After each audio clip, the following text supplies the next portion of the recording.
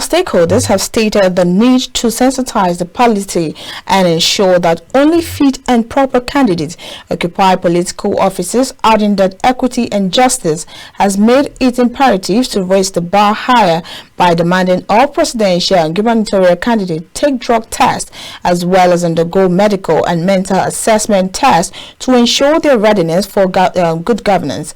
And now here's more on the story.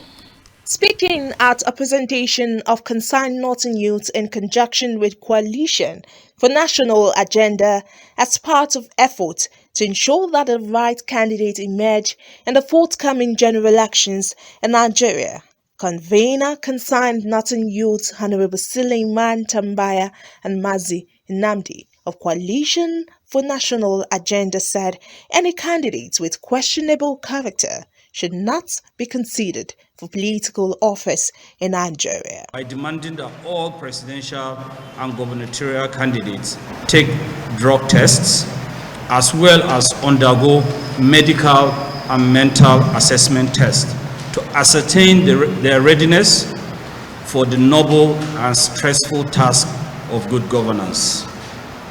It is the fact that no candidate with cases of lingering drug dilemma or saddled with corruption charges should even be considered to be Nigerian president. Any candidate who cannot account for their source of wealth are of questionable character. The present challenge of over 5 million youths on drug addiction and over 10 million unemployed in the north clearly calls for concern. A strong stance is required to stem this ugly tide. And that candidates to account. They must be readily available, to answer questions about whatever areas of their lives that people have issues with, particularly that affects health and the drug-related issues. We cannot sweep that under the carpet. It will be wrong for us to have a drug baron become president of Nigeria. That means northern Nigeria will be ravaged, and indeed the entire Nigeria will be ravaged by drug dealers. While lending their voices, Gloria Martin and Toba Owojaye called on the security agencies to protect life and property of citizens in the country. Every woman, every youth, to please come out. If you see anything wrong, please say it. Don't be quiet and don't be afraid. What we are asking the security forces to do is to stand by us, and then we will do the right thing. But when the security forces are not there, the youth will tend to be cajoled and go the other way around. So we are also invest more into the security of their women leaders.